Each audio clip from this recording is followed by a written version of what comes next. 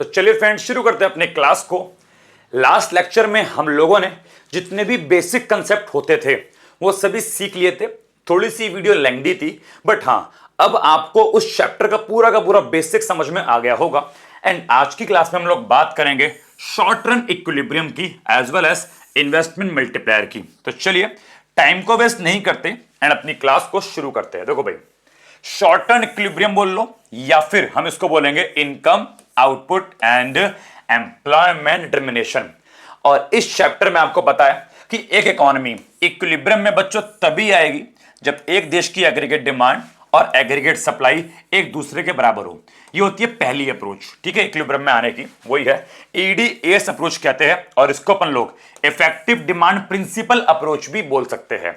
अब आपको पता है कि ईडी होता है C plus I and S होता है सी प्लस एस। सी से सी कट गया तो आई बराबर एस। एंड ये है सेकेंड अप्रोच कि अगर इन्वेस्टमेंट और सेविंग एक दूसरे के बराबर आ जाए तब भी इकोनॉमी में इक्विलिब्रियम पे आया जा सकता है। तो एक होती है एडीएस अप्रोच और एक होती है सेविंग इन्वेस्टमेंट अप्रोच एंड दोनों ही बहुत ज्यादा इंपॉर्टेंट है। तो चलिए शुरू करते हैं सबसे पहले अपन लोग एडीएस अप्रोच से या फिर इफेक्टिव डिमांड प्रिंसिपल अप्रोच। ये अप्रोच कहती है कि जब एक देश में एग्रीगेट डिमांड एग्रीगेट सप्लाई के बराबर आ जाए, मतलब जितना बनाया, सप्लाई करी, प्रोडक्शन किया, उतनी ही देश में डिमांड हो रही है, तो देश कहां पे आएगा जी?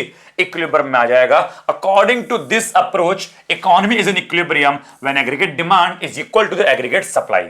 और याद रखना, जब एएस एडी के बराबर होगा तो इस केस में सेविंग और इन्वेस्टमेंट वाली अप्रोच भी अपने आप लग जाएगी, सेविंग इन्वेस्टमेंट के बराबर होगा।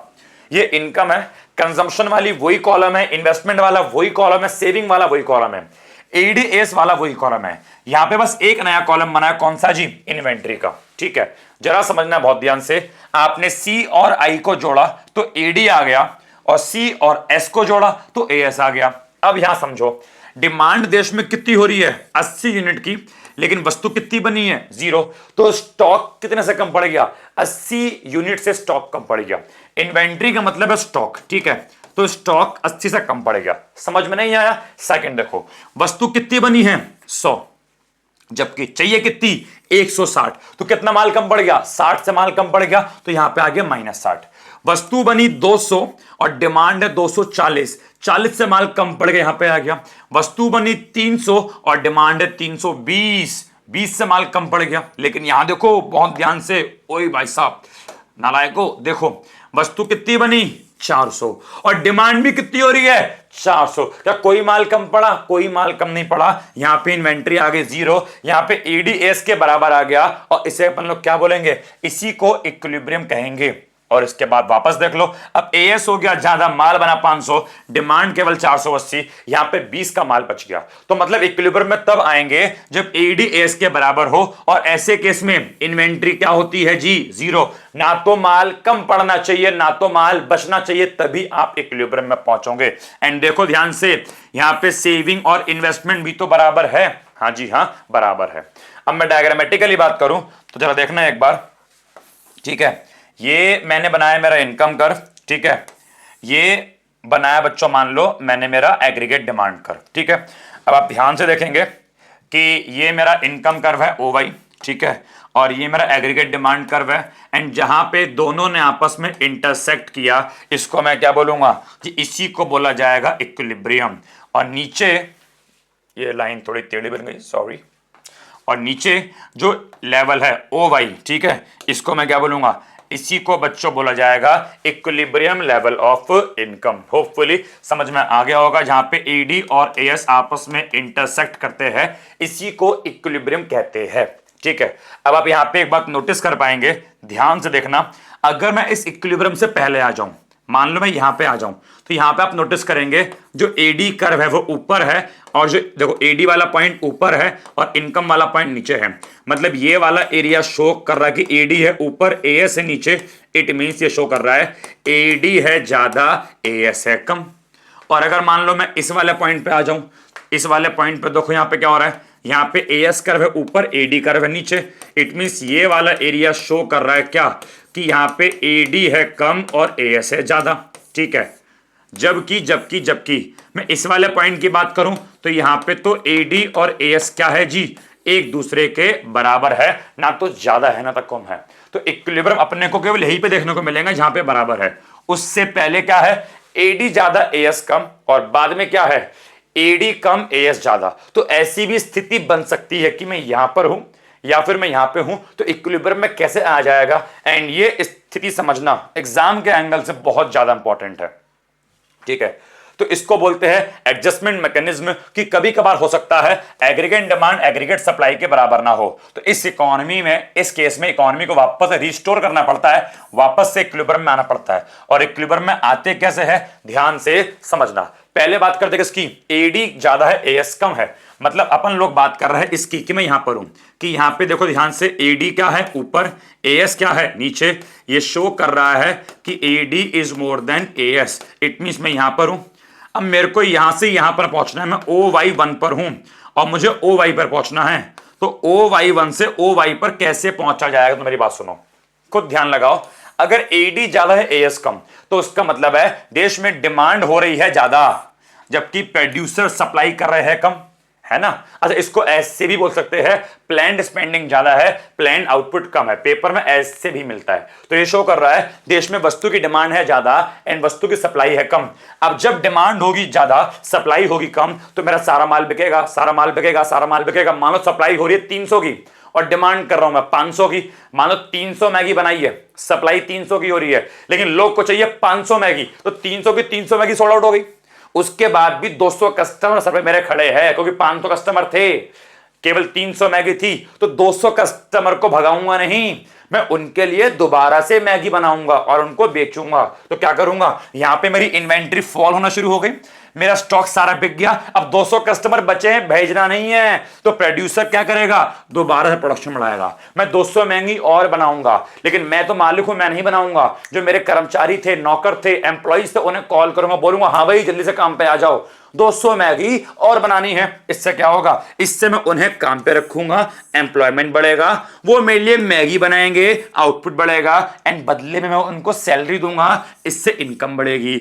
और जैसे ही एम्प्लॉयमेंट आउटपुट इनकम बढ़ेगी, इनकम एम्प्लॉयमेंट आउटपुट पहले यहाँ पे था, अब क्या हो रहा है, एम्प्लॉयमेंट बढ़ा, उन्हें काम दिया, मैगी बनी, उनको सैलरी वैलरी दी, तो इनकम आउटपुट बढ़ेगा। और एक कब तक बढ़ेगा, ये तब तक बढ़ेगा जब तक कि OY1 से बढ़कर OY पर ना पहुंच जाए। वही लिखा है कि तब तक बढ़ेगा जब तक कि OY1 से बढ़कर OY पे ना पहुंच जाए। और जैसे ही OY पर यहां पर पहुंच जाएंगे, तो ऊपर देखो यहां पे क्या है, इक्विलिब्रियम AD/AS के बराबर हो जाएगा। तो AD/AS के बराबर हो जाएगा, हम वापस से इक्विलिब्रियम में आ जाएंगे। तो अगर AD कम हो AS ज्यादा, तो ये करना पड़ेगा। एंड भाई साहब कसम खा के बोल रहा हूं, ये बहुत इंपॉर्टेंट है, पेपर में बहुत बार पूछता है, एडी ज्यादा है एएस कम है तो क्या होगा, या फिर अगला वाला पूछता है एडी कम है एएस ज्यादा है तो क्या होगा। तो आइए एक बार उसको भी देख लेते हैं। हाँ जी, यहां पे क्या बोल रहा है कि एडी कम है एएस ज्यादा है, बताओ क्या होगा। तो ऐसे केस में इस बार डिमांड है कम, सप्लाई है ज्यादा, मैगी बन गई 500, कस्टमर है केवल 300, तो 300 मैगी बेच दी, 200 मैगी बच गई, मेरा स्टॉक सारा बिक नहीं पाया, मेरा स्टॉक बचा हुआ है, मेरा स्टॉक बढ़ रहा है, स्टॉक बेच ही नहीं पाया, 200 मैगी बची हुई है। अब मैं क्या करूंगा, तो 200 मैगी में आग लगा दूं, आग नहीं लगाऊंगा, ये 200 मैगी अब मैं अगली बार के लिए बचा कर रखूंगा। अब अपने एम्प्लॉय से बोल दूंगा कि रुको रुको रुको, अब मैगी मत बनाओ, 200 मैगी बची हुई है। अब जब कस्टमर दोबारा आएगा तो उसे वही वाली मैगी दूंगा जो बची हुई है। अभी तुम प्रोडक्शन बंद करो और तुम अपने गांव जाओ, बिकॉज माल तो बचा हुआ है ना, तो मैं और क्यों बनवाऊं मैगी, मैं अपने एम्प्लॉयज को गांव भेज दूंगा, मतलब उनका काम छूट गया, एम्प्लॉयमेंट कम हो जाएगा, प्रोडक्शन कम होगा, इनकम कम होगी, मैं वापस से इक्विलिब्रियम पे आ जाऊंगा। तो कैसे, एडी है कम एएस है ज्यादा, मतलब मैं इस लेवल पे हूं, यहां पे एएस है ज्यादा एडी है कम, मैं इस लेवल पे हूं, एएस ज्यादा एडी कम है, ये OY है और ये मान लो OY2 है, तो मैं इस OY2 पर हूं और मुझे कहां पहुंचना है जी, OY पर पहुंचना है, इक्विलिब्रियम पे पहुंचना है, ताकि एडी एएस के बराबर हो जाए। तो क्या होगा जी, तो ऐसे केस में यहां पे बायर्स डिमांड कम कर केवल 300 मैगी चाहिए, जबकि प्रोड्यूसर ने बनाई है 500। प्रोड्यूसर की इन्वेंट्री बढ़ेगी, स्टॉक बढ़ेगा, बिकॉज जो उसकी अनसोल्ड गुड्स थी जो गुड्स सोल्ड नहीं हो पाई वो एक्यूमुलेट होना, इकट्ठी होना शुरू हो जाएगी। एंड ऐसे करते करते 200 मैगी के पैकेट मेरे बच जाएंगे, इकट्ठे हो जाएंगे। अब क्या करूंगा, मैं अपने प्रोडक्शन को कम कर दूंगा, अपने एम्प्लॉइज को बोलूंगा रुक जाओ, प्रोडक्शन मत करो, मैगी बची हुई है, पहले ये बचेंगे। अब जब प्रोडक्शन कम करूंगा तो क्या बोलूंगा, जाओ अपने गांव घूम के आओ, अभी काम नहीं करना। तो इससे रोजगार कम हो जाएगा, इससे प्रोडक्शन नहीं होगा, एंड उनको सैलरी भी दूंगा जब काम भी नहीं करवा रहा तो उससे उनकी इनकम भी कम हो जाएगी। तो इनकम, एम्प्लॉयमेंट, आउटपुट तीनों कम हो गया। और ये कब तक कम होगा, ये तब तक कम होगा जब तक कि मैं ओवाई पर नहीं आ जाता, जब तक कि एडीएएस के बराबर नहीं हो जाता। समझ में आ गया? तो ये भी एग्जाम में आ जाता है। तो aggregate demand, aggregate supply approach, and इसके दोनों केस आपको होपफुली समझ में आ गए होंगे। नेक्स्ट है बच्चों saving in investment approach. Same वही अप्रोच है, कुछ नया नहीं है कि यहां पे इक्विलिब्रियम में तब आते हैं जब सेविंग और इन्वेस्टमेंट एक दूसरे के बराबर हो जाते हैं। जब सेविंग इन्वेस्टमेंट बराबर होंगे तो एग्रीगेट डिमांड और एग्रीगेट सप्लाई भी क्या होंगे, एक दूसरे के बराबर हो जाएंगे। वही टेबल है, कोई नई टेबल नहीं है। देखो यहां पे सेविंग इन्वेस्टमेंट एक दूसरे के बराबर यहां पे है कि नहीं है? तो यहां पे देखो एडी और एएच भी तो बराबर है, और इन्वेंट्री जीरो है, ना तो माल बचा, ना तो माल कम पड़ा, ना तो माल बचा। एंड इसी को तो इक्विलिब्रियम कहते हैं कि ना तो देश में माल कम पड़ना चाहिए, ना तो देश में माल एक्स्ट्रा बचना चाहिए। इन्वेंट्री जीरो आनी चाहिए, एडीएस के बराबर होना चाहिए, और सेविंग इन्वेस्टमेंट के बराबर होनी चाहिए। ठीक है, यहां पे डायग्राम की बात करें तो आपको पता है इन्वेस्टमेंट कर्व बनता है कांस्टेंट, सेविंग कर्व स्टार्ट होता है नेगेटिव से और ऊपर की ओर जाएगा, और ये बनेगा सेविंग कर्व। एंड यहां पे हमें क्या मिल जाएगा, यहां पर अपने को इक्विलिब्रियम की प्राप्ति हो जाएगी। अब वही दो बात यहां पर भी आएगी। ठीक है, कौन सी दो बात, कि हो सकता है कि यहां पे हम आगे आ जाए और यहां पे क्या हो रहा है, सेविंग कर्व है ऊपर, इन्वेस्टमेंट कर्व है नीचे, सेविंग ज्यादा इन्वेस्टमेंट कम। और हो सकता है हम यहां पे आ जाए कि यहां पे क्या हो रहा है, देखो यहां पे क्या हो रहा है कि यहां पे इन्वेस्टमेंट कर्व है ऊपर, सेविंग कर्व है नीचे। इसका मतलब कि इस बार सेविंग है कम, इन्वेस्टमेंट है ज्यादा। तो ये दो केस भी हमारे बन सकते हैं, और अगर ये हमारे दो केस बन जाएंगे तो ऐसे केस में इक्विलिब्रियम पे कैसे आ जाएगा, आइए एक बार उसको भी देखने का ट्राई करते हैं। समझ में आ गया? एंड ये दोनों केस भी एग्जाम के एंगल से बहुत ज्यादा इंपॉर्टेंट होने वाले हैं।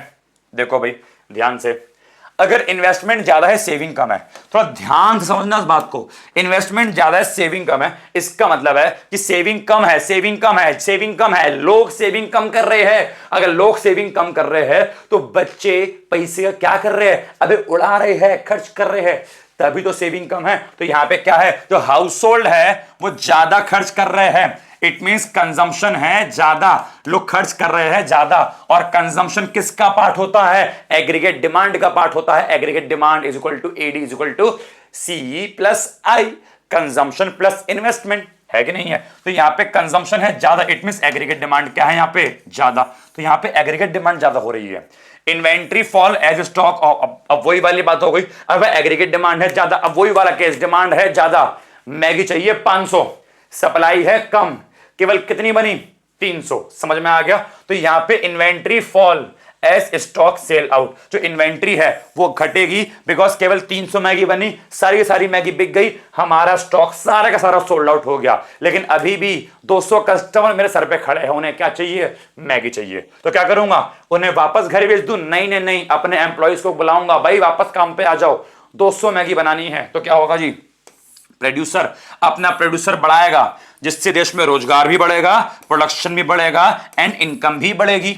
और ये कब तक चलेगा, जब तक कि वापस से इक्विलिब्रियम पे नहीं आ जाते। ठीक है, डायग्राम में देखते हैं, इन्वेस्टमेंट है ज्यादा, सेविंग है कम। इसका मतलब हम इस लेवल पे है कि यहां पे इन्वेस्टमेंट है ज्यादा, सेविंग है कम, हम इस लेवल पे है। मैं OY1 पर हूं और मुझे OY पर पहुंचना है, तो यहां से यहां पर जाना है, तो इनकम, आउटपुट, एम्प्लॉयमेंट को बढ़ाना पड़ेगा, तभी OY1 से OY पर पहुंचूंगा। और देखो इस केस में क्या हो रहा है, इनकम, आउटपुट, एम्प्लॉयमेंट तीनों मेरा बूस्ट हो रहा है। बूस्ट माने क्या, तीनों मेरा बढ़ रहा है, और मैं इक्विलिब्रियम पे आ जाऊंगा। समझ में आ गया? ये भी एग्जाम में आ जाता है।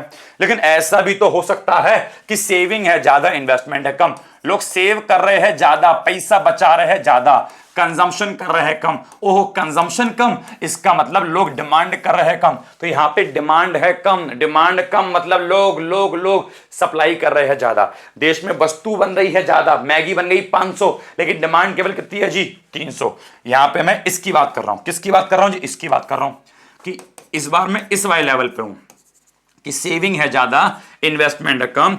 मैं OY2 पर हूं और मुझे कहां पहुंचना है, OY पर पहुंचना है। ठीक है, यही कैसे ना, सेविंग, हाँ सेविंग ज्यादा, एक मिनट, हाँ जी यही कैसे, सेविंग ज्यादा इन्वेस्टमेंट कम।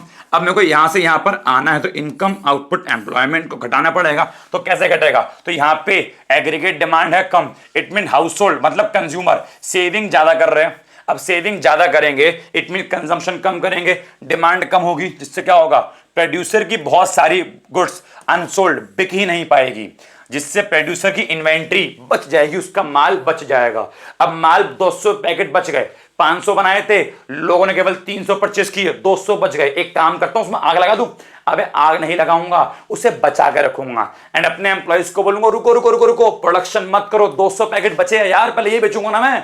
तो क्या करूंगा जी, अपने एम्प्लॉइज को मैं गांव भेज दूंगा, प्रोडक्शन कम कर दूंगा, एम्प्लॉइज को काम से निकाल दूंगा, गांव जाऊं घूमने, इससे रोजगार कम होगा। भाई अब एम्प्लॉइज नहीं है, प्रोडक्शन नहीं होगा, आउटपुट भी कम हो गया। उनको सैलरी भी क्यों दूंगा जब मैं काम नहीं करवा रहा, तो उससे इनकम भी कम हो गई। और वही तो मैं चाहता था, इनकम आउटपुट एम्प्लॉयमेंट क्या हो, कम। जैसे ही कम होगा वापस से सेविंग इन्वेस्टमेंट के बराबर आ जाएगा एंड हम इक्विलिब्रियम पर पहुंच जाएंगे। तो भाई साहब जो मैंने 4 केस पढ़ाए हैं ना, इंपॉर्टेंट है, इंपॉर्टेंट। एडी ज्यादा, एएस कम, एडी कम, एएस ज्यादा, सेविंग ज्यादा, इन्वेस्टमेंट कम, सेविंग कम, इन्वेस्टमेंट ज्यादा। ये चारों पॉइंट रट के चले जाना, पेपर में देखने को मिल सकते हैं। ठीक है जी, आगे बढ़ते हैं। अब नेक्स्ट टॉपिक शुरू करते हैं, दैट इज इन्वेस्टमेंट मल्टीप्लायर। बहुत ही ज्यादा टॉपिक इंपॉर्टेंट है। ठीक है, इसका मीनिंग क्या है, मेरी बात सुनो। मैं कहीं पे इन्वेस्ट करूंगा, तो मैं, एक व्यक्ति इन्वेस्ट क्यों करता है, ताकि कुछ पैसा कमा सके, ताकि कुछ इनकम कमा सके। तो इन्वेस्टमेंट करता हूं ताकि मुझे इनकम मिल सके। आप गोल्ड में इन्वेस्ट करते हो, प्रॉपर्टी में इन्वेस्ट करते हो, शेयर मार्केट में इन्वेस्टमेंट करते हो, क्यों, ताकि इनकम हो सके। तो इन्वेस्टमेंट के करने पे जो मुझे इनकम मिलती है, और जितने भी गुना मुझे इनकम मिलती है, उसी को मेरे प्यारे प्यारे बच्चों इन्वेस्टमेंट मल्टीप्लायर कहते हैं। Investment multiplier is defined as the ratio of increase in income due to an increase in investment. ये बोल रहा है कि इन्वेस्टमेंट मल्टीप्लायर होता है डेल्टा वाई और डेल्टा आई का रेशियो। ये शो करता है, ये दर्शाता है, क्या दर्शाता है, कि how much total income will increase due to an initial increase in investment. ये दर्शाता है कि आपने कोई इन्वेस्टमेंट करी, उस इन्वेस्टमेंट के करने से आपकी टोटल इनकम कितनी जनरेट हो गई। ये कौन शो करता है जी, इन्वेस्टमेंट मल्टीप्लायर। कि मान लीजिए कहीं पर मैंने 500 रुपए इन्वेस्ट किए, कितने इन्वेस्ट किए जी, 500 रुपए इन्वेस्ट किए, और 500 रुपए इन्वेस्ट करने से मेरी इनकम 3000 रुपए हो गई। तो 3000 डिवाइड बाय 500, जो मेरी इनकम है वो 6 गुना बढ़ गई। This means income increases 6 times for every increase in investment. कि जितनी भी इन्वेस्टमेंट करी, इनकम मेरी 6 गुना हो गई। और ये एग्जांपल था, यहां पे लिखा है 50 300, यहां लिखा है 3500, बात वही है। अब इसका केवल सिंगल फॉर्मूला नहीं है, इसके और फॉर्मूले हैं। K इज इक्वल टू बच्चों 1/1 माइनस MPC भी होता है। ठीक है, एक फॉर्मूला ये हो गया, और K इज इक्वल टू बच्चों 1/MPS भी होता है। तो मल्टीप्लायर के हमारे पास 3 फॉर्मूला है, delta Y upon delta I, 1/1 minus MPC and 1/MPS। Example समझ में आ गया, मीनिंग समझ में आ गया। 1 सेकंड मीनिंग क्या है जी, इन्वेस्टमेंट के करने से कितनी इनकम हो गई, इन्वेस्टमेंट करी 500, इनकम हो गई 3000, that is called 6 Guna value बढ़ गई, मल्टीप्लायर की वैल्यू 6 हो गई। एक बात ध्यान देना, यहां पे डेल्टा वाई और डेल्टा आई ही रहेगा। कभी वाई अपॉन आई कर दो, वाई अपॉन आई मत कर देना, पिटाई बहुत लगाऊंगा। वाई अपॉन आई नहीं, delta Y upon delta I करना है। ठीक है, ओके, आगे बढ़ते हैं। अब मल्टीप्लायर की मिनिमम और मैक्सिमम वैल्यू क्या है, तो मेरी बात सुनो। मल्टीप्लायर के तीनों ही मेन फॉर्मूला है, बट ये वाला फॉर्मूला थोड़ा अधिक यूज होता है। ठीक है, तो मैं ऐसे बोलूंगा, मल्टीप्लायर की वैल्यू एमपीसी पे डिपेंड होती है। ठीक है, the value of multiplier mainly depends upon MPC, MPC पे डिपेंड होता है। अब एमपीसी की मिनिमम वैल्यू क्या होती है बताओ, जीरो और मैक्सिमम 1। लास्ट क्लास पढ़ाया था एमपीसी 0 से कम नहीं होगा, 1 से ज्यादा नहीं होगा। तो अगर एमपीसी की वैल्यू 0 है तो मल्टीप्लायर की वैल्यू क्या होगी? 1। कैसे? k इज इक्वल टू होता है 1/1 माइनस एमपीसी, है ना। तो 1/1 माइनस एमपीसी क्या रखूंगा अगर 0, तो 1/1 minus 0 that is 1/1 is equal to 1। तो k की मिनिमम वैल्यू क्या होगी जी? 1।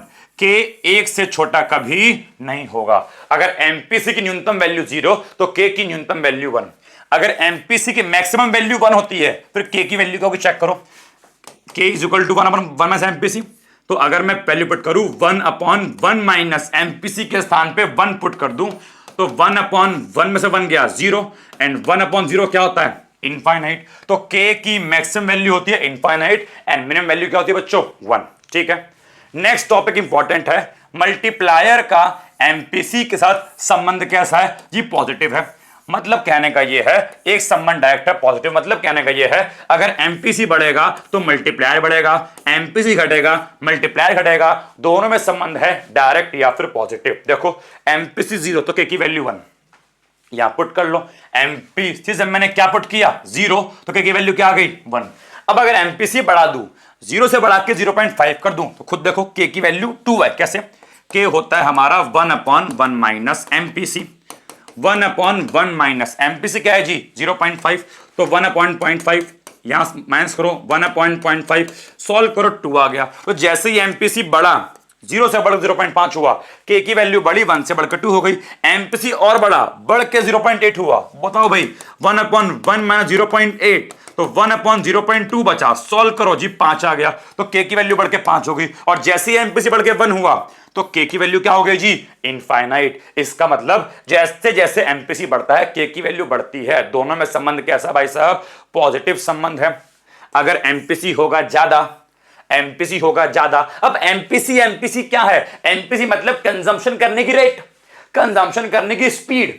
अगर एमपीसी ज्यादा मतलब कंजम्पशन करने की स्पीड ज्यादा तो कंजम्पशन होगा ज्यादा। अब एक बात सुन लो मेरी बात को बहुत ध्यान से, इकोनॉमी में, देश में एक इंसान का खर्चा दूसरे इंसान की इनकम बनता है। अगर आप लोग मान लो मुझसे पढ़ते हो, मुझे फीस दोगे तो आप फीस आपके लिए खर्चा है बट मेरे लिए इनकम है। तो एक इंसान का खर्चा दूसरे इंसान की इनकम बनता है। तो अगर मैं खर्चा करूंगा ज्यादा, दूसरे इंसान की इनकम बनेगी ज्यादा। तो अगर एमपीसी ज्यादा मतलब कंजम्पशन वाला खर्चा ज्यादा, कंजम्पशन वाला खर्चा ज्यादा, तो दूसरे इंसान की इनकम क्या होगी? ज्यादा। एंड जितनी ज्यादा इनकम होगी उतनी ही ज्यादा मल्टीप्लायर की वैल्यू होगी। बिकॉज मल्टीप्लायर क्या शो करता है कि इनकम कितने गुना बनी। मैंने 500 रुपए लगाए, इनकम हो गई 3000, 6 गुना बनी। तो अगर इनकम और ज्यादा बढ़ेगी तो मल्टीप्लायर की वैल्यू और ज्यादा आएगी ना। तो कंजम्पशन करूंगा ज्यादा, दूसरे इंसान की इनकम बनेगी ज्यादा, इनकम बनेगी ज्यादा, मल्टीप्लायर की वैल्यू ज्यादा। ऐसे ही अगर एमपीसी कम मतलब मेरा कंजम्पशन वाला खर्चा कम, मेरा खर्चा कम तो दूसरे इंसान की फिर इनकम भी कम, दूसरे इंसान की इनकम कम, अच्छा इनकम कम तो इनकम मतलब मल्टीप्लायर की वैल्यू कम। इस बात का विशेष रूप से ध्यान रखना। ठीक है जी, ये हो गया के और एमपीसी में संबंध। लेकिन मेरे प्यारे प्यारे बच्चों ऐसे ही आता है के और एमपीएस में संबंध। यहां पे संबंध नेगेटिव होता है। अगर एमपीएस बढ़ेगा तो के की वैल्यू घटेगी, अगर एमपीएस घटेगा के की वैल्यू बढ़ेगी। अरे एमपीएस मतलब क्या? Saving rate. एमपीएस मतलब क्या? सेविंग रेट, कि आप किस रेट से सेविंग कर रहे हो। अगर आप सेविंग करोगे ज्यादा रेट से तो मल्टीप्लायर की वैल्यू घटती है, सेविंग करोगे कम रेट से मल्टीप्लायर की वैल्यू बढ़ेगी। संबंध नेगेटिव है। फॉर एग्जाम्पल यहां बच्चों एमपीएस लिखा जाएगा।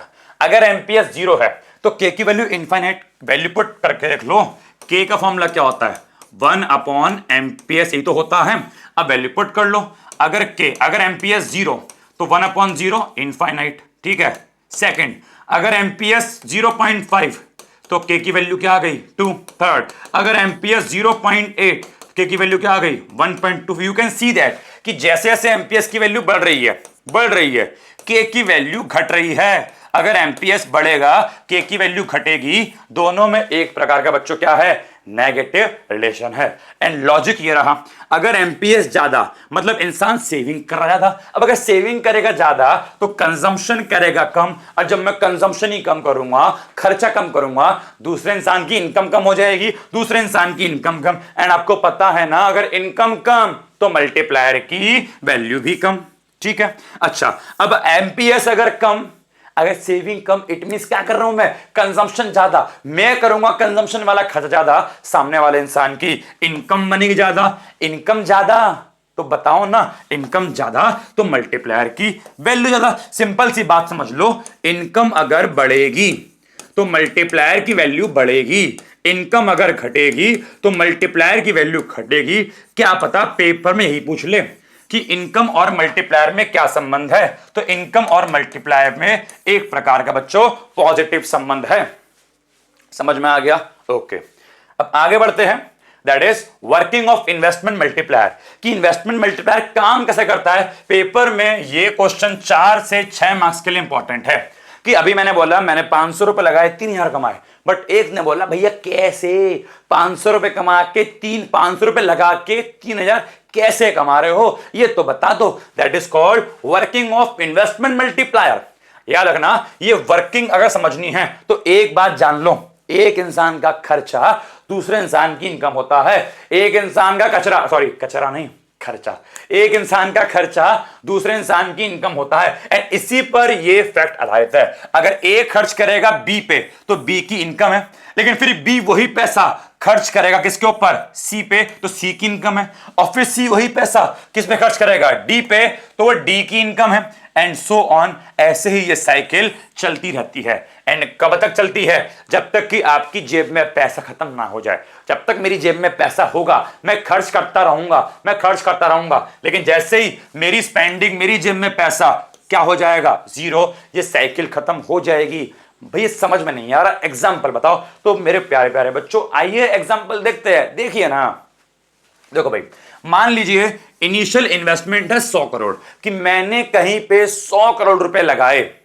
तो जैसे ही मैं, अब जरा समझना, एक इंसान का खर्चा दूसरे इंसान की इनकम, मैं कुछ काम करवा रहा हूं, मान लो मैं बनवा रहा हूं फ्लाईओवर, मैं सरकार हूं, मैं क्या बनवा रहा हूं, फ्लाईओवर। मैंने 100 करोड़ रुपए खर्च करे सरकार ने फ्लाईओवर बनाने में, तो जिस ठेकेदार को ये मैंने 100 करोड़ रुपए दिए, तुम सरकार के लिए क्या है वो खर्चा, कितने का, 100 करोड़ का। डेल्टा आई आ गया 100 करोड़। भाई इन्वेस्टमेंट भी तो एक प्रकार का खर्चा होता है, भूल गए। एग्रीगेट एक्सपेंडिचर में कंजम्पशन एक्सपेंडिचर भी आता है प्लस इन्वेस्टमेंट एक्सपेंडिचर भी आता है। तो इन्वेस्टमेंट भी तो नालायक हो एक टाइप का खर्चा होवे। ठीक है, तो जैसे ही सरकार ने 100 करोड़ रुपए इन्वेस्ट किए, मतलब खर्च किए, तो जिस ठेकेदार को पैसे दिए, अगले ही पैसे उस ठेकेदार की इनकम, वाई माने इनकम, कितने से हो गई, 100 करोड़ से हो गई। तो 100 करोड़ का खर्चा अगले ही पल उस ठेकेदार की 100 करोड़ की इनकम बन गया। अब ठेकेदार के पास कितने आ गए, 100 करोड़ रुपए आ गए। अब उसने क्या सोचा कि यार हम ऐसे एज्यूम कर रहे हैं कि देश में एमपीसी 0.8 है। एमपीसी 0.8 का मतलब यह, हम ऐसे एज्यूम कर रहे हैं कि देश में जितने भी लोग पैसा कमाते हैं, जितने भी लोग पैसा कमाते हैं, हर व्यक्ति अपनी इनकम का 80% खर्च करता है एंड 20% सेव करता है। ऐसा मैं एज्यूम कर रहा हूं। पेपर में आपके सामने कोई और वैल्यू आ सकती है। एमपीसी लिखा है 0.6, मतलब 60% खर्च करता है, 40% सेव करता है। पेपर में कुछ भी वैल्यू आ सकती है। पेपर में क्या करेगा बताऊं मैं आप लोगों को। पेपर में आप लोगों को दो चीज देगा, एक तो इन्वेस्टमेंट कितनी है और एक एमपीसी कितना है। एंड केवल और केवल इन दो चीज के बेस पर क्या बोलेगा जी, मल्टीप्लायर की वर्किंग दिखाओ। ये तो सेम वैसा ही हो गया ना जैसा हमने वहां पढ़ा था। अरे बोलो कहां पे, बैंकिंग में क्रेडिट क्रिएशन, अगर वो आता है तो ये भी आता है। चलो भाई सुनो ध्यान से, टाइम वेस्ट नहीं करेंगे, ठीक है। तो देखो, तो जैसे ही 100 करोड़ खर्च किए, अगले ही पल दूसरे इंसान की इनकम बन गया, बट उस इंसान ने अपनी इनकम केवल 80% खर्च किया, 80 करोड़, और 20 रुपए सेव कर दिया, 20 करोड़ सेव कर दिया। अब उस ठेकेदार ने जिस इंसान के ऊपर 80 करोड़ खर्च किया, मान लो ठेकेदार की बेटी की शादी थी। अब ठेकेदार ने अपनी बेटी की शादी के लिए जो वेडिंग अरेंज करने वाला व्यक्ति था, वेडिंग प्लानर, उसको दिए 80 करोड़ रुपए, तो 20 करोड़ तो सेव करने हैं, 80 करोड़ दिए। अब बताओ, ठेकेदार के लिए खर्चा है, लेकिन वो 80 करोड़ उस वेडिंग प्लानर की बच्चों क्या बन गई जी, इनकम बन गई। और अगले ही पल 80 करोड़ रुपए की देश में इनकम जनरेट हुई, कितनी, 80 करोड़, बिकॉज वेडिंग प्लानर क्या मिली, इनकम। अब उसके पास कितने आ गए, 80 करोड़। अब वो भी सेम क्या करेगा, 80 करोड़ का 64%, सॉरी 80 करोड़ का 80% कितना 64 करोड़ कहीं पे खर्च करेगा एंड बाकी 16 करोड़ वो जाके बैंक में सेव कर देगा। अब उस वेडिंग प्लानर ने मान लो एक जमीन खरीदनी थी, तो उसने क्या किया, उसने 64 करोड़ रुपीस की जमीन खरीद ली एंड 16 करोड़ बैंक में सेव कर दिए। अब जो जमीन का मालिक था, लैंड ओनर या लैंडलॉर्ड, उसको कितने मिले 64 करोड़। तो जो वेडिंग प्लानर के लिए क्या था 64 करोड़ का खर्चा, बट उस जमीन के मालिक के लिए क्या थी वो इनकम। तो अगले ही पल क्या हो गया, देश में 64 करोड़ की इनकम का जनरेशन हुआ। फिर वो भी इसका 80% खर्च करेगा, 20% सेव करेगा एंड ये प्रक्रिया चलती रहेगी। कब तक चलती रहेगी, जब तक कि देश में सेविंग पूरी की पूरी 100 ना हो जाए। अब इस सेविंग 100 के आते ही टेबल खत्म क्यों हो गई, क्योंकि देश में सरकार ने कितने रुपए खर्च किए थे 100। सरकार ने मार्केट में 100 रुपए डाले, अब वो 100 के 100 रुपए जाके हौले हौले करके बैंक में जमा हो गए। तो क्या अब देश में कोई नोट बचा, कोई रोकड़ा बचा? सरकार ने देश में केवल 100 करोड़ रुपए के नोट डाले थे, लेकिन वो 100 के 100 करोड़ रुपए हौले हौले करके बैंक में आ गए। तो क्या अब लोगों के पास कोई रोकड़ा बचा? कोई रोकड़ा नहीं बचा। अब जब कोई रोकड़ा ही नहीं बचा तो भाई साहब अब इकोनॉमिक ट्रांजैक्शन हो ही नहीं पाएगी, लेन देन हो ही नहीं पाएगा एंड इस प्रोसेस को फिनिश करना पड़ेगा। वही तो बोलता है कि जब आपका सारा का सारा खर्चा क्या हो जाए जीरो, कि जो भी आप खर्च कर रहे थे अब वो जीरो हो गया। बिकॉज क्यों, वो सारा खर्चा बैंक में सेव हो गया। अब आपके पास खर्च करने के लिए नोट रोकड़ा नहीं है। समझ में आया? तो ये टेबल खत्म हो जाएगी। अब यहां पे 100 तो आ गया कि ये और ये ऑलवेज सेम होते हैं, बट भैया यहां पे 500 और यहां पे 400 कैसे आया? तो देखो जरा भाई, यहां पे 500 और 400 कैसे आया? ये पूरा टेबल पूरी नहीं करनी होती, पेपर में 3 तक सॉल्व करो देन छोड़ दो एंड लास्ट में लिखो टोटल। बट कैसे? तो मेरी बात सुनो कैसे। एक बात बताओ, के का बच्चों फॉर्मूला क्या होता है? 1/1 माइनस एमपीसी। तो 1/1 माइनस एमपीसी की वैल्यू मुझे क्वेश्चन में गिवन थी कितनी 0.8, तो बचा 1/0.2 एंड सॉल्व किया तो कितना आ गया जी 5। इसका मतलब मल्टीप्लाई की वैल्यू 5 है। इसका मतलब ये हो गया ना कि जितना भी हम लोग इन्वेस्ट करेंगे 5 गुना इनकम बन जाएगी। तो इन्वेस्ट किए थे 100 और 5 गुना कितना होता है 500। ठीक है सर, आप लिख के दिखाओ, लिख के दिखा दो आप चाहो तो सबसे पहले आप ये लिख के दिखाएंगे, फिर उसके बाद नेक्स्ट स्टेप में बोलेंगे कि के का एक फॉर्मूला और होता है क्या, डेल्टा वाई अपॉन में डेल्टा आई। ठीक है, कोई दिक्कत नहीं। अब अगर डेल्टा आई, अच्छा आगे चल यहां मैं वैल्यू पुट करता हूं, ठीक है ना। के स्थान में पुट किया मैंने 5, डेल्टा वाई का डेल्टा वाई और डेल्टा आई क्वेश्चन में गिवन था कितना इन्वेस्ट किया जी 100 करोड़, तो डिवाइड बाय 100। अब 100 की मल्टीप्लाई करूंगा 500 से, तो डेल्टा वाई की वैल्यू कितनी आ गई जी 500। तो ऐसे करके डेल्टा वाई की वैल्यू को निकाला गया है 2 स्टेप में। यह है पहला स्टेप जहां पे के की निकाली वैल्यू एमपीसी से, फिर सेकंड स्टेप यहां पे के की वैल्यू पुट करी एंड डेल्टा वाई की वैल्यू निकाली 500। तो यहां पे 500 आ गया। अब वही लॉजिक 500 का 80%, बिकॉज कंजम्पशन कितना है 80% एंड सेविंग कितनी है 20%। तो 500 का 80% 400 एंड 500 का 20% 100। तो यहां पे ऐसे करके आपको वैल्यूज को निकालना है। ये थे इन्वेस्टमेंट मल्टीप्लायर की वर्किंग जो कि पेपर में आपके आ जाती है। ठीक है, अब ये 3 बातें और जान लो, उसके बाद लेक्चर फिनिश हो जाएगा। बिकॉज इन 3 बातों के बेस पर ही पार्ट सी समझ में आपको आएगा। देखो भाई, एक होता है फुल एम्प्लॉयमेंट इक्विलिब्रियम, ये सिंपल जहां पे एग्रीगेट सब डिमांड और एग्रीगेट सप्लाई आपस में इंटरसेक्ट करती है, उसको बच्चों हम लोग अपने आप ही फुल एम्प्लॉयमेंट लेवल ही कहते हैं। इसको मैंने बोला एडीएफ, फुल एम्प्लॉयमेंट लेवल। ठीक है, फुल एम्प्लॉयमेंट लेवल नॉर्मल सा लेवल है जहां पे एडीएस के बराबर है, जहां पे एडीएस के बराबर है उसे फुल एम्प्लॉयमेंट लेवल ही कहते हैं। जैसे कि मैं यहां पे लिखना भूल गया था, आप पन्ने पलट के चाहो तो लिख लो यहां पर कि यहां पे एडीएस के बराबर है ना, तो उसको ऑटोमेटिकली मैं क्या बोलूंगा, इसको ऑटोमेटिकली, अबे ऑटोमेटिकली नहीं, ऑटोमेटिकली मैं इसको फुल एम्प्लॉयमेंट लेवल ही बोलूंगा। ठीक है, तो यहां पे एडीएस के बराबर है वो फुल एम्प्लॉयमेंट लेवल है। ठीक है, अब जरा समझना बात को बहुत ध्यान से। देखो भाई, अब जब मैं फुल एम्प्लॉयमेंट लेवल पे हूं लेकिन मेरी एग्रीगेट डिमांड, अब इस फुल एम्प्लॉयमेंट लेवल से मेरी एग्रीगेट डिमांड इस फुल एम्प्लॉयमेंट लेवल से कम हो गई, एडीयू। तो जब मैं फुल एम्प्लॉयमेंट लेवल से नीचे आ जाता हूं, इसको बच्चे बोलते हैं अंडर एम्प्लॉयमेंट इक्विलिब्रियम। क्या बोलते हैं इसको?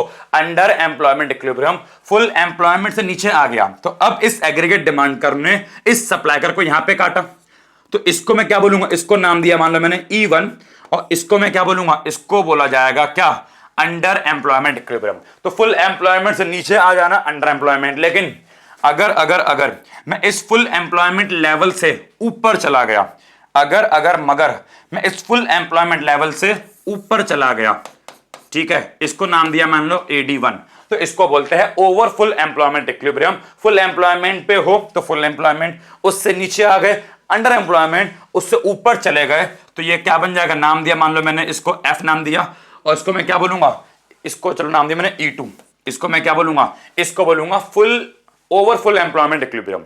ये 3 बात ध्यान रखनी है, इन तीनों की बातें हम आगे नेक्स्ट क्लास में करने वाले हैं, ठीक है। तो थैंक यू सो मच, आज के लिए इतना काफी है, जितना मैंने पढ़ाया ढंग से पढ़ लेना। अब अगले पार्ट जो मैं पढ़ाऊंगा वहां पे excess demand, deficient demand and उनको करेक्ट करने के उपाय बताऊंगा, ठीक है। Thank you so much, bye bye, God bless you, take care.